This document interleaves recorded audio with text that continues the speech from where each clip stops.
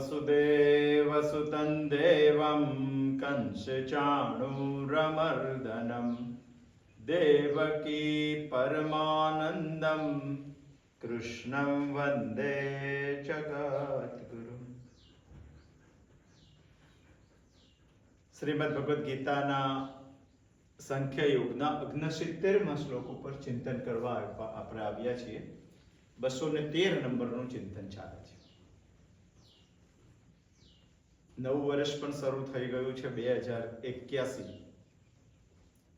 નવા સંકલ્પો લઈ ચિંતનમાં કંઈક આગળ વિચારી માણસે જીવનમાં નવું સોપાન ભરવું જોઈએ। ભગવાન આપણને 69મા શ્લોકમાં થોડોક તફાવત બતાવી વધારે સમજાવવાનો પ્રયત્ન કરે છે। યા નિશા સર્વભૂતાનામ યતસ્યામ જાગર્તિ સંયમી યસ્યામ જાગૃતિ ભૂતાની શા નિશા પશ્યતો મુનેઃ। બહુ સીધી વાત, સિમ્પલ વાત ભગવાને અહીંયા કરી દીધી છે કે જે રાત્રિમાં યા નિશા સર્વભૂતાનામ, જે રાત્રિમાં બધા જ ભૂતો ઊંઘે છે, તસ્યામ જાગૃતિ સંયમ, ત્યારે સંયમી માણસ જાગે છે। યસ્યામ જાગૃતિ ભૂતાની, જ્યારે બધા જ પ્રાણી માત્ર જાગે છે, ભૂતો જાગે છે, ત્યારે તે રાત, જ્યારે બધા જ પ્રાણી માત્ર જાગે છે, ત્યારે તે રાત્રિમાં મુનિ પશ્યતો છે, મુનિ જુએ છે। મતલબ કે સામાન્ય માણસ ઊંઘે છે ત્યારે સંયમી જાગે છે, અને જ્યારે સામાન્ય માણસો જાગે છે જે બાબતમાં, તે બાબતમાં સ્થિત પ્રજ્ઞા પશ્યતો છે, ઊંઘે છે એવું તો ના કહેવાય। સા નિશા પશ્યતો મુને, તે રાત્રિમાં તે મુનિ પશ્યતો છે। આપણને નિષ્ક્રિય લાગે આપણે જે બાબતમાં સક્રિય છે તે બાબતમાં, અને તે બાબતને સમજવાનો પ્રયત્ન કર્યો હતો।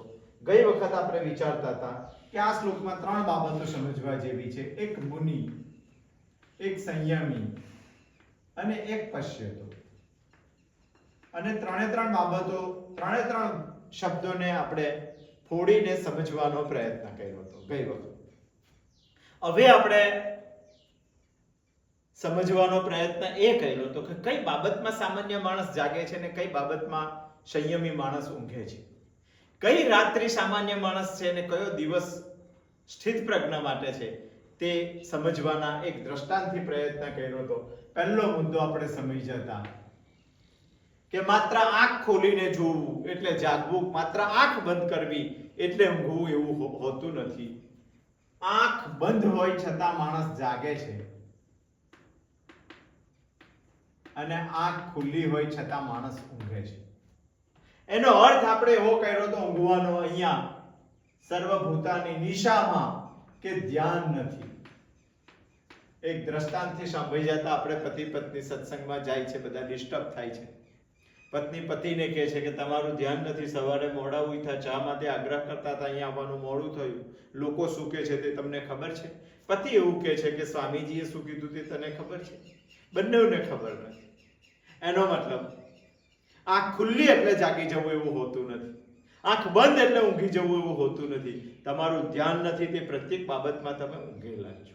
બીજો મુદ્દો પણ સમજીને પ્રશ્નાર્થ દ્વારા આપણે આને નિશા અને જાગૃતિ શબ્દ સમજવાનો પ્રયત્ન કર્યો હતો। સામાન્ય માણસને પૂછો કે શેર બજારનો ભાવ શું છે, ઇલેક્શન શું કહેવા માંગે છે, તો તે તરત જવાબ આપશે। महात्माओं आ खबर होती नहीं, वो बोलते हैं बच्चा इस जंगल में तो बहुत सारे शेर रहते मगर भाव मुझे मालूम नहीं। और ब्रह्मनी बाबतમાં પ્રશ્ન પૂછવામાં આવે તો સામાન્ય માણસ તે બાબતમાં ઊંઘે છે કે તે બ્રહ્મ જોયું છે? તો કે મેં ક્યારેય બ્રહ્મ જોયું નથી, જોવા પણ મળશે નહીં અને ક્યારેય દેખાતું નથી। અને જ્ઞાનીને તે બાબતમાં પૂછો તો કે મને બ્રહ્મ સિવાય બીજું કંઈ દેખાતું નથી।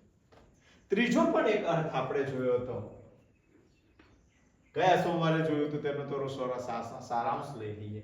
નિશાનો અર્થ આપણે કર્યો હતો, નિશા એટલે ની વત્તા શા, ની નો અર્થ આપણે કર્યો તો નિદ્રામ, અને શા નો અર્થ કર્યો તો તનુકરણી। અત્યંત સૂક્ષ્મ બનાવી દે છે એને નિશા કહેવાય છે। અત્યંત સૂક્ષ્મ શેને બનાવે છે? તો આપણા પુરુષાર્થને અત્યંત સૂક્ષ્મ બનાવી દે છે, નહિવત બનાવી દે છે।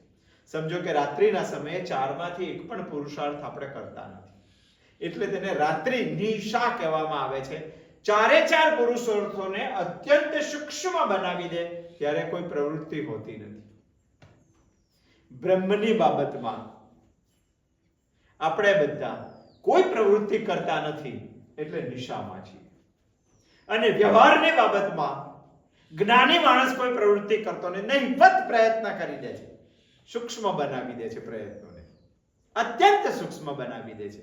માટે તે વ્યવહારની બાબતમાં તેના માટે રાત્રિ છે, તે ઊંઘે છે, અને આપણે બ્રહ્મની બાબતમાં ઊંઘીએ છીએ.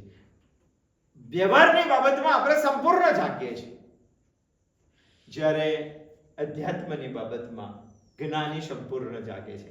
આ પણ આપણે અત્યંત સૂક્ષ્મ ની વત્તા શા નિતરામ તનુકરણે એ અર્થ દ્વારા આપણે આ શ્લોકને સમજવાનો પ્રયત્ન કર્યો હતો. ચોથી રીતે પણ આ શ્લોકને સમજવાનો પ્રયત્ન કરીએ. અહીંયાથી આથી આથી આ ચોથી બાબત જેમ જઈએ તેમ થોડું સૂક્ષ્મ તાત્વિક રીતે સમજવાનો પ્રયત્ન કરીએ. આ શ્લોકને અહીંયા આપણે વેદાંત સિદ્ધાંત પ્રમાણે સમજવાનો પ્રયત્ન કરીએ. વેદાંતનો પણ એક સિદ્ધાંત છે, તત્વજ્ઞાન છે, એ દ્રષ્ટિએ આપણે સમજવાનો પ્રયત્ન કરીએ. આ શ્લોકમાં પહેલું એવું કીધું, યા નિશા સર્વભૂતાનામ, બધા જ માટે જે રાત્રિ છે, યા નિશા સર્વભૂતાનામ તસ્યામ જાગૃતિ સંયમી, એમાં સંયમી જાગે છે. એ વાત આપણે વેદાંતની દ્રષ્ટિએ સમજવી છે, પરંતુ આ સમજવા માટે આપણે એક દ્રષ્ટાંતથી સમજીએ. આ વાતને વેદાંતથી આ વાતને સમજવા માટે એક સરળ દ્રષ્ટાંત આપણે લઈએ. મધ્યાહન પછી સાયંકાળનો સમય હતો. સૂરજ ક્ષિતિજ ઉપર ધરી જઈને અડધો અસ્ત થઈ ગયો હતો, અડધો દેખાતો હતો. થોડું અજવાળું, થોડું અંધારું, એકદમ સ્પષ્ટ વસ્તુ ના દેખાય એવી પૃથ્વી ઉપર સ્થિતિ હતી. અને તેવા સમયે એક માણસ પોતાના ઘરથી નીકળીને પોતાના ખેતર સુધી, વાડી સુધી જવા માટેનો રસ્તા ઉપર જતો હતો. જ્યારે તે જવા માટેનો રસ્તો તેનો હતો, રસ્તા ઉપર જતો હતો, તેનો રોજનો રસ્તો હતો. બન્યું એવું કે રસ્તા ઉપર જતા જતા એક વાંકી ચૂકી આકારમાં કંઈક પડેલું હતું. થોડું અંધારું થઈ ગયું હતું અને થોડું અજવાળું પણ. એટલું બધું પણ અંધારું નહોતું કે કંઈ ના દેખાય, અને એટલું બધું પણ અજવાળું નહોતું કે બધું દેખાય.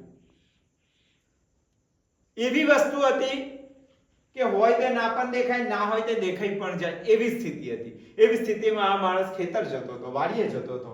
રસ્તામાં કંઈક વસ્તુ એને જોઈ, અને રસ્તામાં જે વસ્તુ જોઈ તે વસ્તુ જોઈને એ ચોંકી ગયો, દોડતો ઘોડે પાછો આવી ગયો. એને ઘરમાં પત્નીએ પૂછ્યું કે કેમ ગભરેલા લાગો છો? તો એને કીધું કે નહીં, હું વાડીએ જતો હતો, પણ રસ્તામાં મેં સાપ જોયો છે, અને માથે હું ઘોડે આવી ગયો. ટોર્ચ લાવ, ટોર્ચ મારે તે સાપને જોવા જવું છે, ઝેરીલો છે કે નથી ઝેરીલો. જો ઝેરીલો ના હોય તો આપણા ખેતરમાં લઈ જવું, અને ઝેરીલો હોય તો એને દૂર મૂકી આવું, એને ભગાડી દઉં. આ માણસ ટોર્ચ લેવા આવ્યો, અને ટોર્ચ લઈને ફરી પાછો પોતાની વાડી બાજુ જવા માંડ્યો, અને રસ્તામાં તે સાપને તે જોયો, અને જોયો અને ટોર્ચ મારી ત્યારે આશ્ચર્યની અવધિ એ થઈ કે તે સાપ નહોતો, એ દોડી પડેલી હતી, રસ્સી પડેલી હતી, રજ્જુ પડેલી હતી. વેદાંતમાં તેને સર્પ રજ્જુ ન્યાય કહેવામાં આવે છે. એ દોડી હતી. થોડું અંધારું, થોડા અજવાળામાં આ માણસને ભ્રમ થયો, સર્પ છે એવું લાગ્યું. ઘરે આવ્યો, ટોર્ચ લીધી, ટોર્ચ લઈને ગયો ત્યારે ખબર પડી કે આ ખરેખર દોડી જ હતી. એને ભ્રાંતિથી સાપ દેખાયો હતો. આચાર્યોએ આ વાતનું તાત્વિક દ્રષ્ટિએ 3 ભાગ પાડ્યા. બહુ સમજવા જેવું છે. જો વેદાંતમાં એક વાર્તા છે સર્પરજ્જુ. આચાર્યો એના 3 ભાગ પાડે છે. આપણે સમજીએ યા નિશા સર્વભૂતાના. એ સમજવા માટે વેદાંતની દ્રષ્ટિએ આને કેવી રીતે સમજવું એનો પ્રયત્ન કરીએ છીએ. આચાર્યો એના 3 ભાગ પાડે છે. એમાંનો પહેલો ભાગ છે કે કોઈ પણ વ્યક્તિને આના પ્રમાણે દોરી જ હતી, પરંતુ એને સર્પનું જ્ઞાન થયું. એ જ્ઞાન થવાનો પહેલો ભાગ એવો છે કે દોરીનું અજ્ઞાન. ઘરેથી નીકળ્યો ત્યારે આ માણસને ખબર હતી કે રસ્તામાં દોરી પડેલી છે. જો ખબર હોય તો એને ભ્રાંતિ ના થાય. એને એક વાત તમારે સ્વીકારવી જ પડશે. એને દોરીમાં સર્પ જોયો, સર્પ જોડીને એના રૂવાડા ઊભા થઈ ગયા, રૂવાડા ઊભા થઈને માણસ ઘરે આવ્યો, ઘરે લઈને ટોર્ચ લીધી.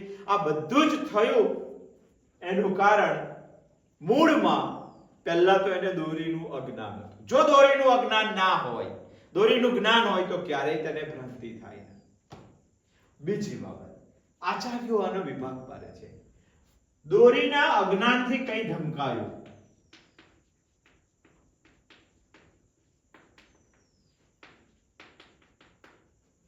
આ બીજો ભાગ. શું ધમકાયું? ખરેખર જે દોરી હતી એ ધમકાયું, કારણ કે તેનું અજ્ઞાન હતું. બીજો ભાગ. ત્રીજી વાત, અજ્ઞાનથી કંઈક નવું જ ઊભું થયું, ભ્રાંતિ થઈ. પહેલી વાત તો તેને દોરીનું અજ્ઞાન હતું. બીજી વાત, તેને અજ્ઞાનથી દોરી ધમકાઈ ગઈ. અને ત્રીજી વાત, દોરીના અજ્ઞાનથી જે વસ્તુ ખરેખર હતી જ નહીં એ વસ્તુ એને ઊભી થઈને દેખાઈ ગઈ. એનું નામ છે સર્પ. આ ત્રણ બાબતો આચાર્યો કહે છે કે આ દ્રષ્ટાંતમાં આપણે ત્રણ બાબતો પાડવી જોઈએ. એના મતલબ અજ્ઞાન તો થયું જ નહીં. આ અજ્ઞાનમાં બે જબરજસ્ત શક્તિઓ છે અને બે શક્તિઓ આપણે માનવી જ પડશે. અને બંને શક્તિઓ વેદાંતને લાગુ પડે છે. માટે વેદાંતના સિદ્ધાંતને આપણે સમજવાનો એક પ્રયત્ન કરીએ છીએ. એક શક્તિ છે આવરણ અને બીજી શક્તિ છે વિક્ષેપ. આ જે અજ્ઞાન હતું એ અજ્ઞાનમાં દુનિયાના કોઈ પણ અજ્ઞાનમાં બે શક્તિઓ છે. એક આવરણ કરવાની અને બીજું વિક્ષેપ કરવાની. આવરણ કરવાની શક્તિ કઈ? ઢાંકી દેવાની. કોઈ પણ બાબતનું અજ્ઞાન હોય તો તમારું તે વસ્તુ ધમકાઈ જાય છે, એને કહેવાય છે આવરણ કરવાની વસ્તુ. અને વિક્ષેપ કરવાની વસ્તુ જે નથી તે બતાવી દેવાનું. અહીંયા જે છે તેને ઢાંકી દેવાનું, એને કહેવાય છે અગ્રહણ. થોડાક વેદાંતના શબ્દો છે, ટર્મિનોલોજી છે, સમજવાનો આપણે પ્રયત્ન કરીએ છીએ. આપણે આવવું છે યા નિશા સર્વભૂતાના તસ્યામ જાગૃતિ સંયમી યસ્યામ જાગૃતિ ભૂતાની સા નિશા પશ્યતો મુને. વેદાંતની દ્રષ્ટિએ સમજવું છે. અજ્ઞાનમાં બે શક્તિ છે, આવરણ શક્તિ અને વિક્ષેપ શક્તિ. આવરણ શક્તિ એટલે ખરેખર જે વસ્તુ છે એ ધમકાઈ જાય છે અજ્ઞાનથી અને તેનું ગ્રહણ થતું નથી, એટલે તેને કહેવામાં આવે છે અગ્રહણ. અને વિક્ષેપથી શું થાય છે? વિક્ષેપથી થાય છે અન્યથા ગ્રહણ. ખરેખર જે વસ્તુ નથી એનું ગ્રહણ થઈ જાય છે. મને દોરીનું અજ્ઞાન છે, હું વાડીએ જતો હતો, થોડું અંધારું થઈ ગયું હતું, જ્યારે જોયું ત્યારે દોરીનું અજ્ઞાન હતું એટલે દોરી ધમકાઈ ગઈ. અને જે દોરી ધમકાઈ ગઈ છે તો દોરીનું મને અગ્રહણ થયું. પરંતુ દોરીની જગ્યાએ મને સાપ દેખાયો, એને વિક્ષેપ કહેવામાં આવે છે, એને અન્યથા ગ્રહણ. ખરેખર ત્યાં સાપ હતો જ નહીં, પરંતુ મને સાપ દેખાયો, એને કહેવાય વિક્ષેપ. ઘણા બધા ભાઈઓ આ દ્રષ્ટાંત સાંભળીને એક દલીલ પણ કરે છે કે ભાઈ આ તો અંધારું હતું એટલે આવું થાય, અજવાળું હોય તો એવું ના થાય. અરે અજ્ઞાનમાં અજવાળું હોય તો પણ એવું થાય. તમે ચૈતર મહિનાના બપોરી વખત 12 વાગે અજવાળું છે ચાલો, અને દરિયા કિનારે કાં તો નદી કિનારે ફરવા ગયા, અડધો કિલોમીટર દૂર નદીનો કિનારો છે, તમે નદીના કિનારા બાજુ જુઓ છો તો તમને કોઈ છીપ દેખાય છે અને છીપ એવું ચમકે છે કે તમને અડધો કિલોમીટર દૂરથી એવું લાગે છે કે આ ચાંદી છે. છીપમાં ચાંદી ક્યાંથી દેખાય ભાઈ? છીપનું અજ્ઞાન છે અને છીપનું અજ્ઞાન છે માટે છીપનું અગ્રહણ થાય છે અને છીપનું અજ્ઞાન એને ઢાંકી દે છે અને વિક્ષેપ ઉભો કરે છે. માટે જ્યાં ચાંદી નથી ત્યાં આપણને ચાંદી દેખાય છે, એનો મતલબ અન્યથા ગ્રહણ. બરાબર સમજી લેવા જેવું આ દ્રષ્ટાંત. આપણે સમજીએ છીએ યા નિશા સર્વભૂતાના. યા નિશા સર્વભૂતાનામાં ચોથો એક મુદ્દો વેદાંત. આ ત્રણે ત્રણ દ્રષ્ટિએ આપણે સમજવાનો પ્રયત્ન ગયા સોમવારે કરી જોયો. આજે આપણે વેદાંતના સિદ્ધાંતની દ્રષ્ટિએ સમજીએ. એક દ્રષ્ટાંતથી સમજ્યા કે આપણે જતા હતા અને સર્પની જગ્યાએ, રજ્જુની જગ્યાએ સર્પ દેખાયો. એ દેખાવાના ત્રણ ભાગ આચાર્યો પાડે છે. પહેલી વાત દોરીનું અજ્ઞાન હતું, બીજી વાત અજ્ઞાનથી કઈ ઢંકાઈ ગયું, અને ત્રીજી વાત અજ્ઞાનથી ભ્રાંતિ ઊભી થઈ ગઈ, નવું જ કંઈક હતું નથી દેખાયું. એનો મતલબ આના મૂળમાં અજ્ઞાન છે. તો અજ્ઞાનમાં બે શક્તિ છે, આવરણ શક્તિ અને વિક્ષેપ શક્તિ. આવરણ શક્તિ એટલે જે ઓરિજિનલ વસ્તુ છે તેને ઢાંકી દેવાનું અને તેનું અગ્રહણ કરવાનું, અને જે ખરેખર નથી તે તેની જગ્યાએ બતાવવાનું, એને વિક્ષેપ ઉભો કરવાનો અને તેનું અન્યથા ગ્રહણ કરવાનું. અહીંયા સુધી ક્લિયર. અંધારે થાય છે એવું નહીં, બપોરના 12 વાગે પણ થઈ શકે છે. એના માટેનું દ્રષ્ટાંત છે, દરિયા કિનારે જાઓ તો છીપમાં તમને ચાંદી દેખાય છે. આ ચાંદી ખરેખર છે નહીં, આ અન્યથા ગ્રહણ છે, અને છીપ ખરેખર છે, આ અગ્રહણ છે. આ બંને વાતો થઈ. બે વાતો આપણે જોઈએ, આવરણ અને વિક્ષેપ અજ્ઞાનમાં જોયું. એવી જ રીતે અહીંયા શબ્દ છે યા નિશા એટલે રાત્રિ. રાત્રિમાં પણ બે શક્તિઓ છે. જેવી રીતે અજ્ઞાનમાં બે શક્તિઓ છે, એવી રીતે રાત્રિમાં પણ બે શક્તિઓ છે. એક શક્તિ છે તમસ, અને બીજી શક્તિ છે અવિવેક.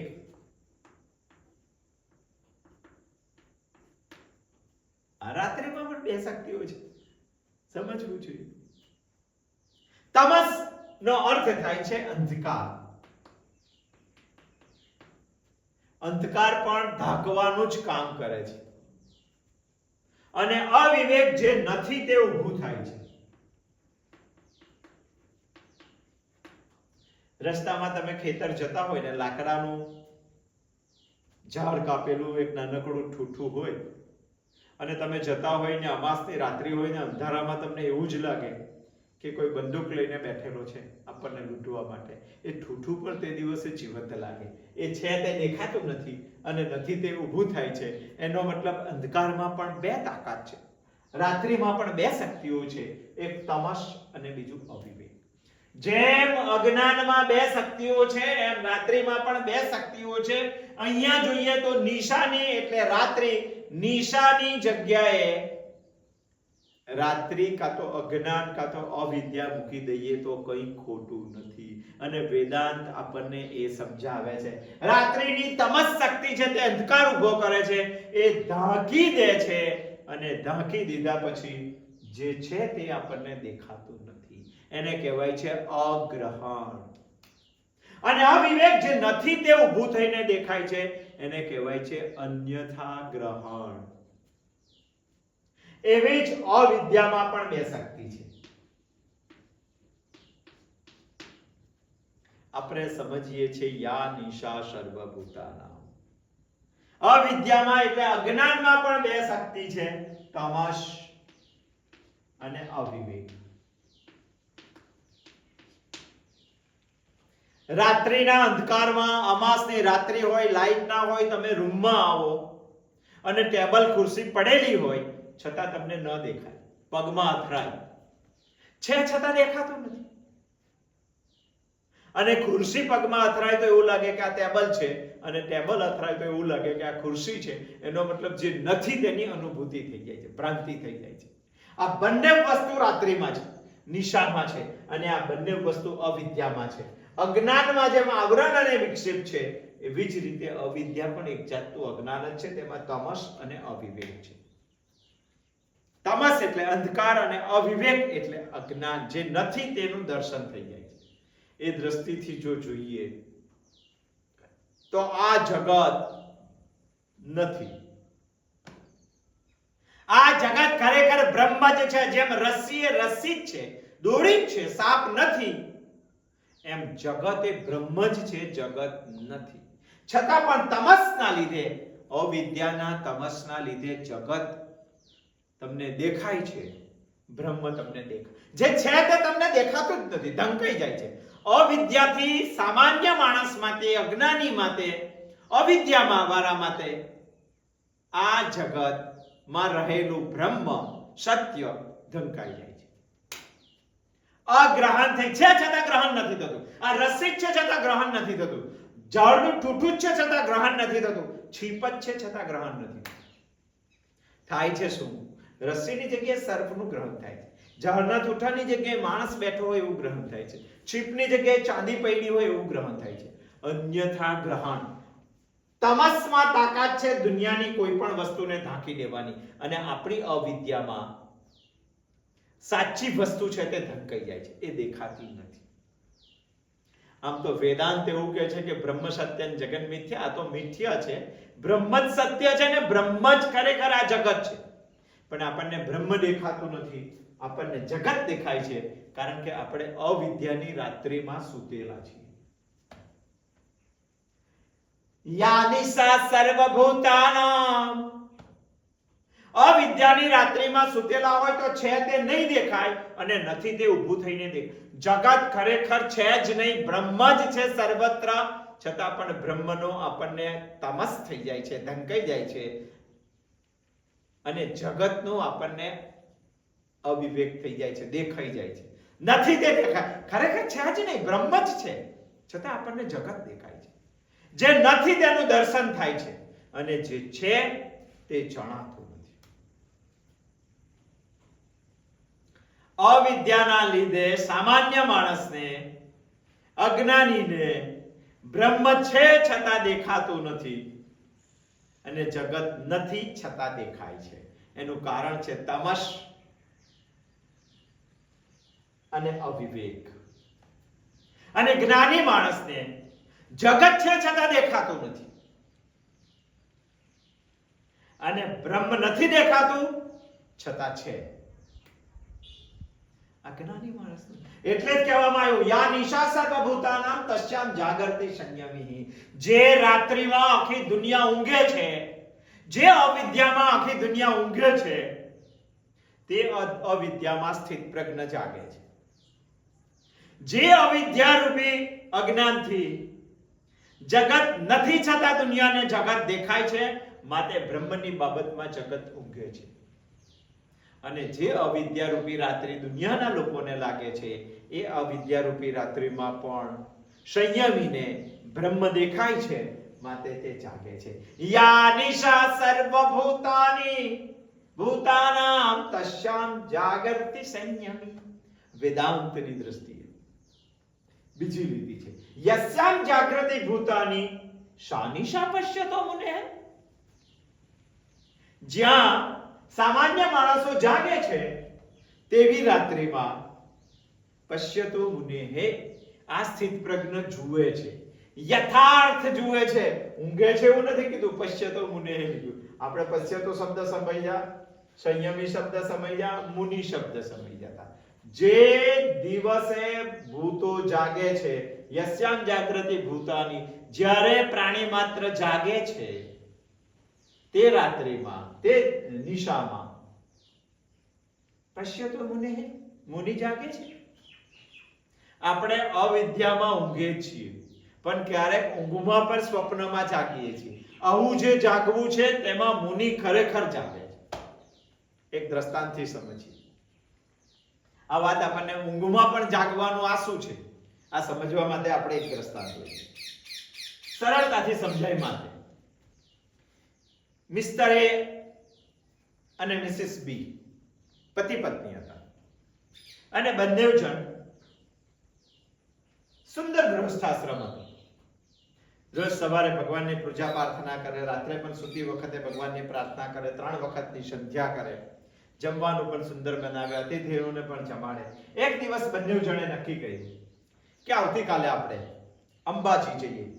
હવે નવરાત્ર આવશે, અરે હમણાં નવું વર્ષ શરૂ થયું, શક્તિ લઈને કંઈક નવું કરવું છે, તો આપણે માતાજીના દર્શન કરવા જઈએ. માતાજીના દર્શન કરવા માટે બંને જણે નક્કી કર્યું. રાત્રે બંને જણ સૂઈ ગયા.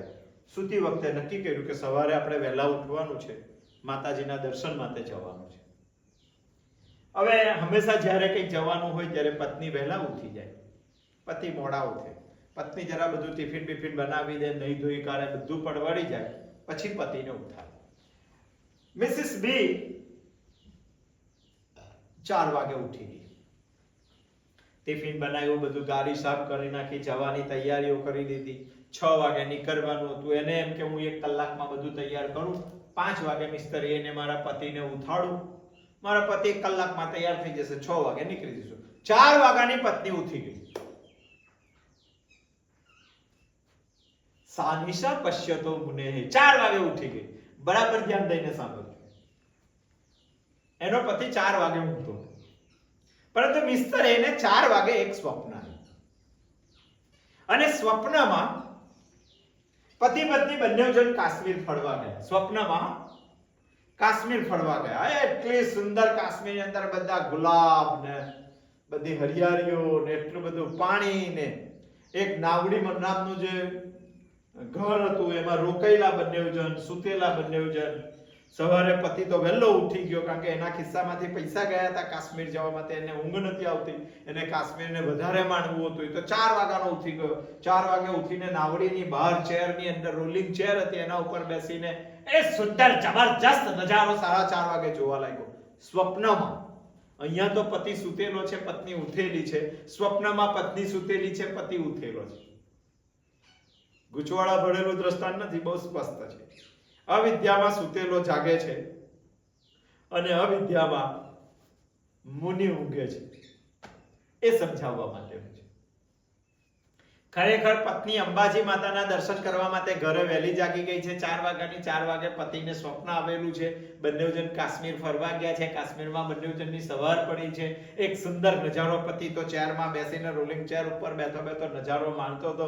એની પત્નીને 2 વાર એને બૂમો પાડી કે જાગે છે, ઉઠ, આપણે પૈસા ખર્ચીને આવ્યા તો જરા નજારો જો, ઘરે જઈને તો સૂઈ રહેજે. આ કાશ્મીરમાં તો જરા પૈસા ખર્ચેલા છે, તો ઉઠતી કેમ નથી? જરા જાગ, ઉઠ, બૂમો પાડે છે. ખરેખર પત્ની તો જાગેલી હતી ઘરે, અને જાગેલી હતી ત્યારે બેડરૂમમાં પત્ની આવી. ત્યારે એનો પતિ બૂમો પાડે કે ઉઠ. ત્યારે પત્ની પતિને ધંધોરીને એવું કે હું તો જાગેલી જ છું, ઊંઘો છો તમે. ત્યારે પતિ સ્વપ્નમાં કહે છે, અરે ગાંધી, હું જાગું છું, ખુરશી પર બેઠો છું, કાશ્મીરનો નજારો જો, તો ઊંઘે છે. ત્યારે પત્નીએ કીધું કે તમે સ્વપ્નમાં જાગો છો, ખરેખર ઊંઘો છો. તમે આ વિદ્યામાં જાગો છો, બાકી ખરેખર તમે ઊંઘો છો. આ વિદ્યા ખરેખર તમે ઊંઘો છો. અહીંયા એક કહેવા, યસ્યામ જાગૃતિ ભૂતાની, અવિદ્યામાં સ્વપ્નમાં માણસો જાગે છે. એ બાબતે મુનિ તો પશ્યતો છે.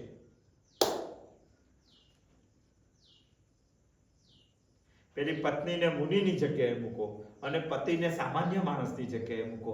તે સ્વપ્નમાં જાગે છે અને પત્નીને જગાડવાનો પ્રયત્ન કરે છે. ખરેખર પત્ની તો જાગેલી છે, વાસ્તવમાં ખરેખર જાગેલી છે. પેલો તો ઊંઘે છે. અવિદ્યામાં ઊંઘવાવાળો માણસ પણ સ્વપ્નમાં જાગતો હોય તેવો ઢોંગ કરે છે. સામાન્ય માણસનું આવું પ્રાપ્તિ છે. અને એટલે જ તો ઉપનિષદ કહે છે, ઉત્તિષ્ઠ જાગ્રત પ્રાપ્ય વરાન નિબોધતઃ. ખાટલામાંથી ઉઠી જવાની વાત નથી, અવિદ્યામાંથી ઉઠવાની વાત. ઉત્તિષ્ઠ જાગ્રત પ્રાપ્ય વરાન નિબોધ ઉપનિષદ કહે છે. અને આ આપણને સમજ પડવી જોઈએ. યાનિશા સર્વભૂતાનામ તસ્યામ જાગરતિ સંયમી, યસ્યામ જાગૃતિ ભૂતાની શાનિશા પશ્યતો મુને. કાગડાને રાત્રે દેખાતો નથી, એનો મતલબ એવું નથી હોતું કે રાત્રે કોઈને જ નથી દેખાતું. અને ઘુવડને દિવસે દેખાતું નથી, એનો મતલબ એવું નથી હોતું કે દિવસે કોઈને જ નથી દેખાતું. જેમ કાગડાને રાત્રે નથી દેખાતું, તેમ અજ્ઞાનીઓને અવિદ્યાની રાત્રિમાં નથી દેખાતું. અતિશય પ્રકાશ આવે તો પણ કાગડાને દેખાતું નથી. અતિશય પ્રકાશ આવે તો ઘુવડને દેખાતું, કારણ કે દિવસે એને ઓછું દેખાય, રાત્રે એને વધારે દેખાય. અતિશય પ્રકાશમાં પણ ઘુવડ જોઈ શકતા નથી. અવિદ્યાના અંધકારમાં પણ આપણને દેખાતું નથી. અને વિદ્યાનો, જ્ઞાનનો અતિશય પ્રકાશ આવી જાય તો પણ આપણને દેખાતું નથી. કારણ કે અવિદ્યાના અંધકારમાં આપણી આંખોની કીકીઓ ઝીણી થઈ ગઈ. એકદમ પ્રકાશ આવે તો પણ ના દેખાય, કારણ કે ત્યાં જોવાની આદત પડેલી છે. અને એટલા જ માટે ભગવાન કહે છે કે જ્ઞાનીઓને જ્ઞાનના પ્રકાશમાં જોઈ શકે છે, અંધકારમાં ક્યારેય અટવાતા નથી. અને અજ્ઞાનીઓને જ્ઞાનના પ્રકાશમાં દેખાતું નથી, અને અંધકારમાં અટવાય છે. આ સમજાવવા માટે જ ભગવાને આ શ્લોક કીધો હતો. યા નિશા સર્વભૂતાનામ તસ્યામ જાગૃતિ સંયમી સા નિશા યસ્યામ જાગૃતિ ભૂતાની સા નિશા પશ્યતો મુનેઃ. હજુ વિશેષ તફાવતથી આને સમજવું જોઈએ. આવતા સોમવારે આવશું, ફરી પાછા આ શ્લોકને સમજવાનો પ્રયત્ન કરશું. આપણે આ શ્લોકને 4 દ્રષ્ટિથી સમજવાનો પ્રયત્ન કર્યો છે. આંખ બંધ કરીને ઊંઘવું કાં તો આંખ ખોલીને જાગવું, એના માટેનો અહીંયા નિશા કાં તો જાગૃતિ શબ્દ છે નહીં. આ સમજવાનો આપણે પહેલો પ્રયત્ન કર્યો. વ્યવહારમાં સામાન્ય માણસ જાગે છે, વ્યવહારમાં જ્ઞાની માણસ ઊંઘે છે. બ્રહ્મની બાબતમાં એ આપણે શેર બજારના ઇલેક્શનના વાત દ્વારા સમજી જતા. જ્ઞાની માણસ બ્રહ્મની બાબતમાં જાગે છે, સામાન્ય માણસ બ્રહ્મની બાબતમાં ઊંઘે છે. એ 4 પુરુષ અર્થો નિશાનો અર્થ કરીને સમજ્યા. આજે આપણે વેદાંત સિદ્ધાંતમાં સર્પ રજ્જુ ન્યાયથી અજ્ઞાનના 2 તાકાતો આવરણ અને વિક્ષેપ, એવી જ રીતે અવિદ્યાના પણ 2 તાકાતો તમસ અને અવિવેક, રાત્રિના નિશાના પણ 2 તાકાતો તમસ અને અવિવેક. અહીંયા નિશા શબ્દ વાપરવા પાછળ તમસ અને અવિવેક વાપરવાનો ગુદાર્થ સમાયેલો હોય એવું આપણે વિચારીએ છીએ. આ 2 વપરાયા એટલે વેદાંતને વપરાયેલી અવિદ્યા છે, અને અવિદ્યાના સંદર્ભમાં આજે આપણે યાનિશા સર્વભૂતાનામ તસ્યામ જાગૃતિ સંયમી શાનિશા જાગૃતિ ભૂતાની યસ્યામ જાગૃતિ ભૂતાની શાનિશા પશ્યતો મુનેઃ સમજવાનો પ્રયત્ન કર્યો. આવતા સોમવારે આવશું, ફરી પાછા જોશું. અસ્તુ. જય શ્રી કૃષ્ણ.